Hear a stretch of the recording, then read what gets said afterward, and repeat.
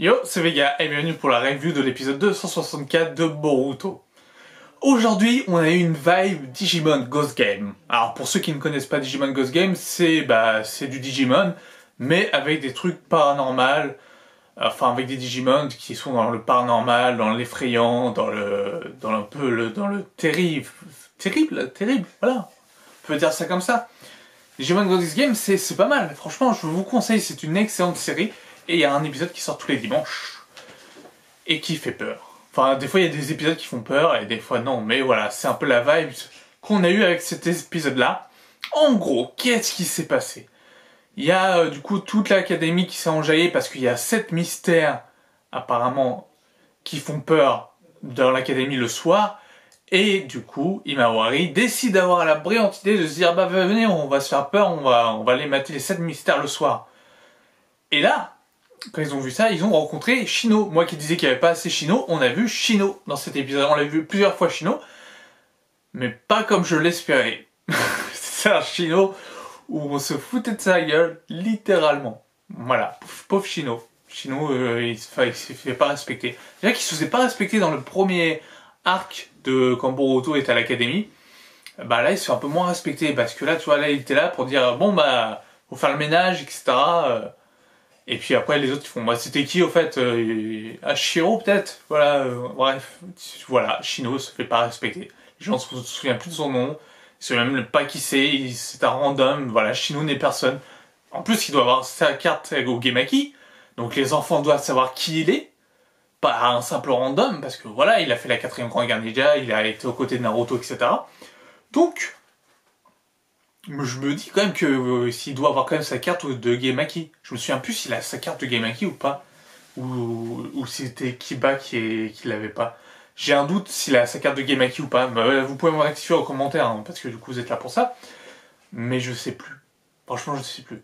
Donc, il y a les 7 mystères, sauf que Kei n'est plus une enfant. Elle sait que les 7 mystères n'existent plus. Du coup, elle demande à Kawaki et à son majordome de l'aider à faire vivre ces 7 mystères aux autres enfants pour qu'ils ont toujours leurs rêves dans les yeux, comme l'histoire du Père Noël qui existe, alors qu'il n'existe pas. Voilà, c'est ça.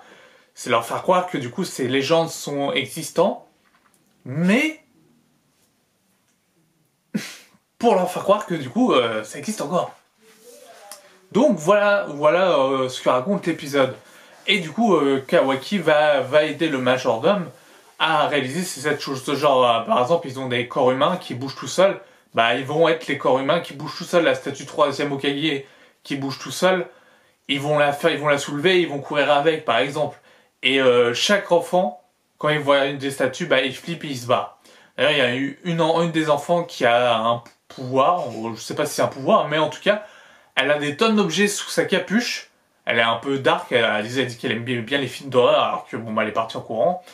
Elle est un peu dark, etc. Et elle a plein d'objets sur elle. Mais plein, genre des calculatrices, etc., des crayons, tout.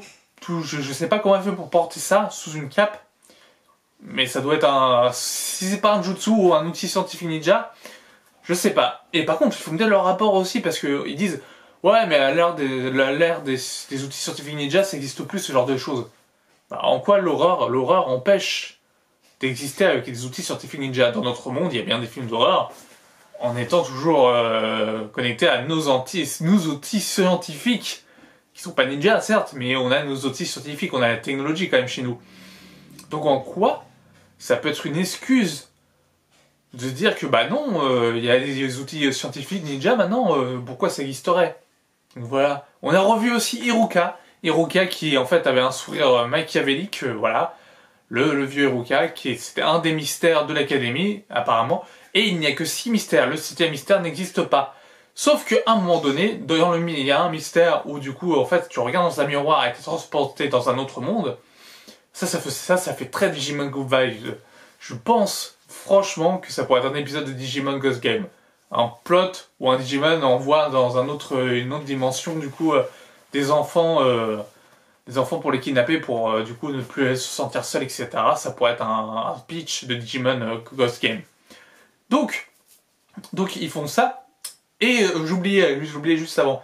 Imawari, quand ils ont soulevé la statue du 3e Hokage, Imawari a utilisé le Byakugan et a vu du coup deux personnes portant du coup la statue du troisième Hokage, et elle se doute que c'est Kawaki qui est dans le coup, avec Kae et le majordome. C'est à partir de ce moment-là, elle avait déjà des doutes. À ce moment-là, tu sais qu'elle sait, et puis on en reviendra, mais elle le savait, quoi. Du coup, ils attendent, et à ce moment-là, il y a un drap qui arrive et qui flotte dans les airs, etc. Donc les enfants disent « Ah, un fantôme, etc. » Et en fait, Kawaki dit bah, « Il gère bien le majordome. » Le majordome arrive en disant « Pardon, vous m'avez appelé ?» Et en fait, c'était pas lui. Du coup, Kawaki se jette sur le drap, il essaie de le frapper en vain, etc. Du coup, il se déchaîne en essayant de rattraper le drap parce que Kae il va en courant en se demandant quel est le mystère, pourquoi le drap bouge tout seul. Kawaki la suit et du coup il voit la statue du troisième arriver comme ça, bouger tout seul au Mexique, etc. Et tous les mystères, les sept mystères, en fait il y en a 6, mais du coup pourquoi appeler ces 7 mystères s'il y en a 6, je sais pas. Mais en tout cas les 7 mystères du coup se mettent à exister réellement envers Kae, Kawaki et le majordome, qui commencent à flipper, qui comprennent pas vraiment. Par exemple, les mannequins de l'anatomie bougent tout seuls. Genre, il lui pose la main sur Kae, et Kae dit c'est pas le moment au majordome. Et en fait, du coup, elle se rend compte que c'est le mannequin, du coup, que Kawaki donne un coup de poing dans le mannequin qui lui décapite la tête. C'est violent. C'est le violent. Kawaki, calme-toi un petit peu. C'était un petit peu trop violent quand même, t'as des pulsions un petit peu meurtrières quand même. Kawaki, calme-toi. Donc, il y a eu ça. Et donc, du coup, ils vont dans la salle des profs, là où du coup ils pensent qu'il y a le 7e mystère, parce qu'il n'y a pas de mystère dans la salle des profs, et ils voient une ombre aller tellement vite, partout, etc. Mais ils avaient mis du coup de la peinture fluorescente pour que du coup tromper cette ombre, et cette ombre plaf contre la peinture fluorescente, et elle en a partout. Elle se révèle être Shino. Shino. Qui nettoie à l'académie le soir. Qui fait le ménage. Mais Shino, t'es pas employé là pour faire le ménage, Shino. T'es employé pour être prof. Et du coup, il est là pour être prof, quoi. Je veux dire, arrêtez de mettre Shino plus bas que terre, quoi. Je veux dire, Shino, le pauvre, il existe que pour souffrir, j'ai l'impression. C'est devenu un gimmick, pour rigoler. Voilà. Et du coup, ils se rendent compte que, en fait, les mystères depuis le début, les vrais mystères, étaient les insectes de Shino qui nettoyaient aussi la classe avec eux. Alors, je vois pas comment des insectes peuvent mettre la main du mannequin sur une personne, ou par exemple faire bouger la statue du troisième Hokage.